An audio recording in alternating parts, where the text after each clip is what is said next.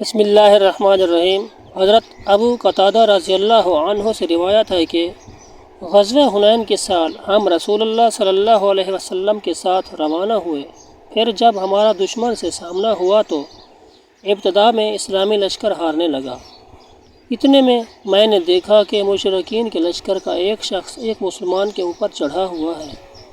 اس لیے میں فوراً ہی گھوم پڑا اور اس کے پیچھے سے آ کر تلوار اس کی گردن پر ماری۔ اب وہ شخص مجھ پر ٹوٹ پڑا اور مجھے اتنی زور سے اس نے بھینچا کہ میری روح جیسے قبض ہونے کو تھی۔ آخر جب اس کو موت نے آ دبوچا تب کہیں جا کر اس نے مجھے چھوڑا۔ اس کے بعد مجھے عمر بن خطاب رضی اللہ عنہ ملے تو میں نے ان سے پوچھا کہ مسلمان اب کس حالت میں ہیں؟ انہوں نے کہا کہ جو اللہ کا حکم تھا وہی ہوا، لیکن مسلمان ہارنے کے بعد پھر مقابلہ پر سنبھل گئے۔ تو نبی کریم صلی اللہ علیہ وسلم بیٹھ گئے اور فرمایا کہ جس نے بھی کسی کافر کو قتل کیا ہو اور اس پر وہ گواہ بھی پیش کر دے تو مقتول کا سارا ساز و سامان اسے ہی ملے گا۔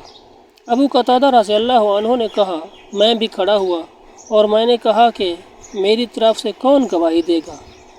لیکن جب میری طرف سے کوئی نہ اٹھا تو میں بیٹھ گیا۔ پھر دوبارہ نبی کریم صلی اللہ علیہ وسلم نے فرمایا کہ آج جس نے کسی کافر کو قتل کیا اور اس پر اس کی طرف سے کوئی گواہ بھی ہو تو مقتول کا سارا سامان اسے ملے گا۔ اس مرتبہ پھر میں نے کھڑے ہو کر کہا کہ میری طرف سے کون گواہی دے گا، اور پھر مجھے بیٹھنا پڑا۔ تیسری مرتبہ پھر نبی کریم صلی اللہ علیہ وسلم نے وہی ارشاد دہرایا، اور اس مرتبہ جب میں کھڑا ہوا تو نبی کریم صلی اللہ علیہ وسلم نے خود ہی دریافت فرمایا، کس چیز کے متعلق کہہ رہے ہو ابو قتادہ؟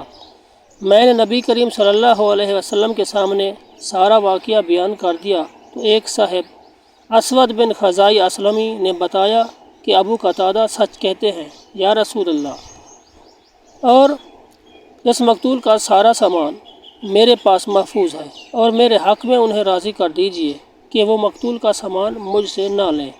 لیکن ابو بکر صدیق رضی اللہ عنہ نے کہا کہ نہیں، اللہ کی قسم، اللہ کے ایک شیر کے ساتھ جو اللہ اور اس کے رسول کے لیے لڑے، نبی کریم صلی اللہ علیہ وسلم ایسا نہیں کریں گے کہ ان کا سامان تمہیں دے دیں۔ آپ صلی اللہ علیہ وسلم نے فرمایا کہ ابو بکر نے سچ کہا ہے۔ پھر آپ نے سامان ابو قتادہ رضی اللہ عنہ کو عطا فرمایا۔ ابو قتادہ نے کہا کہ پھر اس کی زرہ بیچ کر میں نے بنی سلمہ میں ایک باغ خرید لیا، اور یہ پہلا مال تھا جو اسلام لانے کے بعد میں نے حاصل کیا تھا۔ صحیح بخاری حدیث نمبر 3142۔